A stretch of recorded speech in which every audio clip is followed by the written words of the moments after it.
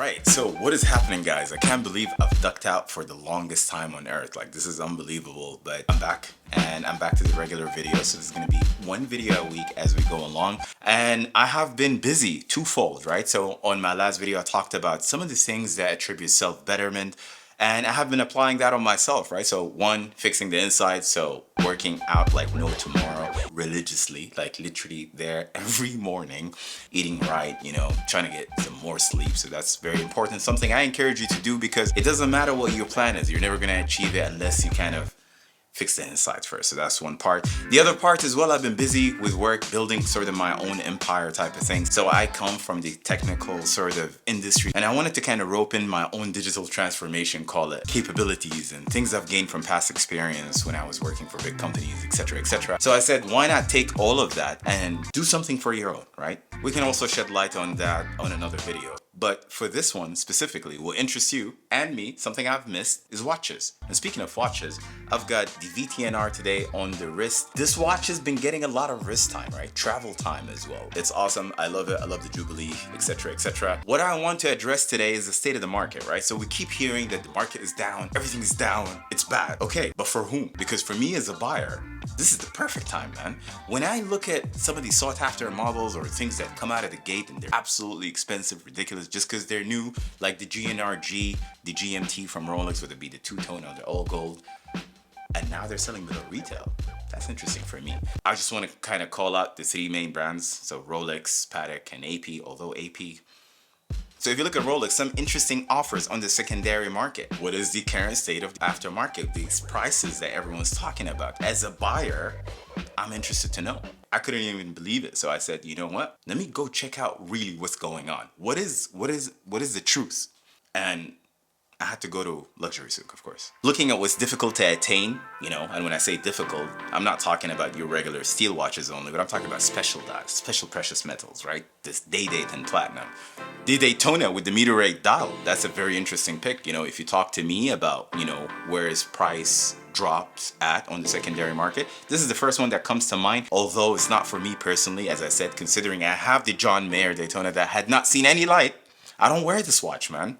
I like it, I just don't wear it. So I wouldn't go for another yellow gold Daytona, but if you're in the market for one, this is definitely the one to get because of that Meteorite dial. So this Meteorite dial Daytonas had seen a serious shift from over $200,000, man, just a few months ago, to $130,000 now. And I think you can maybe,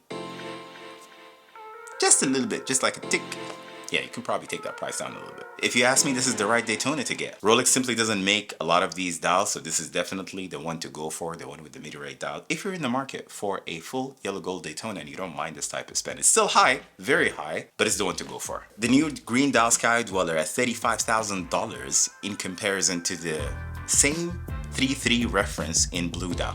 Same watch, same everything, just a different dial. One sits at 35 and the other one sits at 24. So there is a difference. And if you are in the market for a stainless steel Skydweller, the 3.3 reference, that is the new reference, you probably want to go with the blue one, right? Because you just be saving. For me personally, I like the green, not at that price point.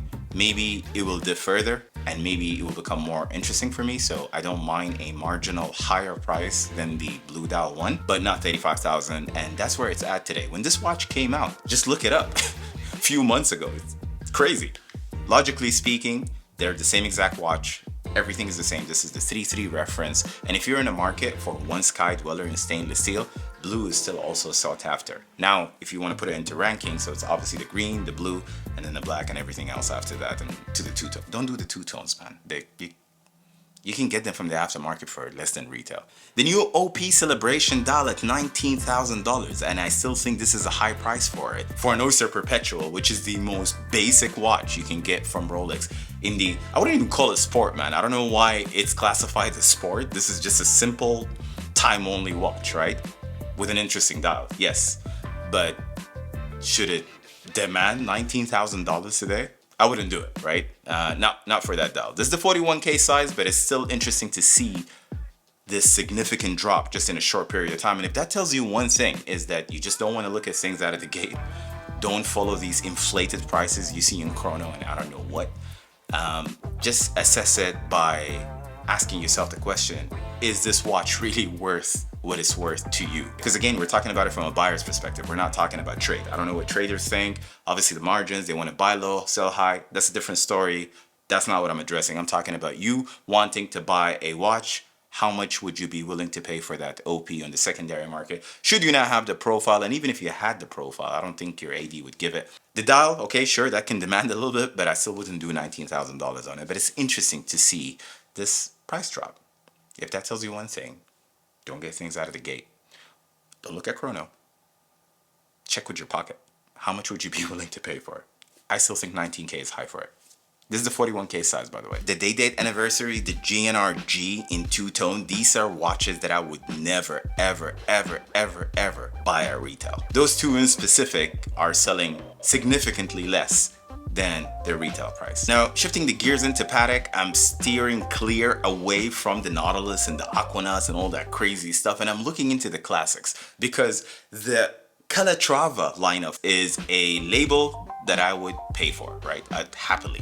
Like I see Patek slapped on a classic watch all day long. The 5212, for example, which is Patek's most funkiest, playful font they've ever used on a classic watch. To me, this is very, very interesting. So just shy of the 29 price tag in US, I would do it for it, man. If you look at the 607G, for example, and its various options, you've got the red, the blue, the yellow. The blue is my favorite. Those are fun, man. You know, I gotta give it to you. So they came out, they were really, really high, over the $50,000 marker. Today, they sit at 38.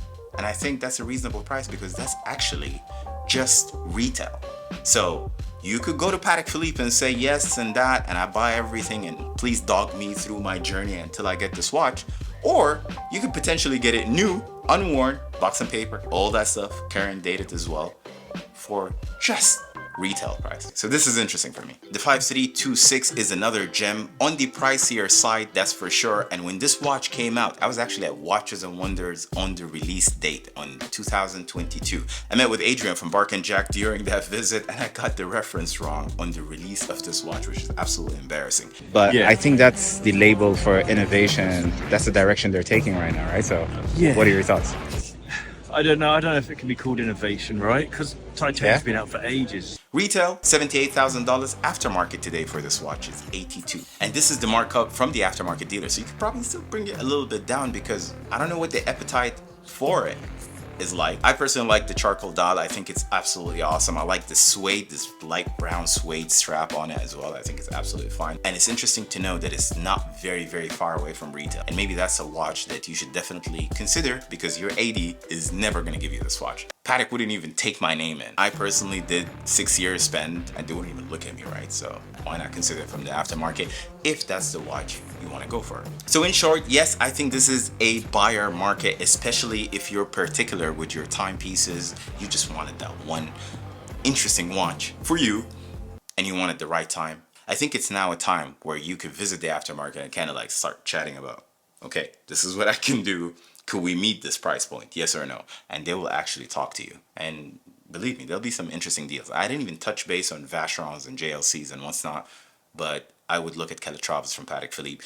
I would look at some of these crazy sought after watches from Rolex as well because the prices are better, a lot better than what they used to be a few months ago. As I said in the beginning of the video, I am back and we're gonna get into the habit of one video a week as we used to.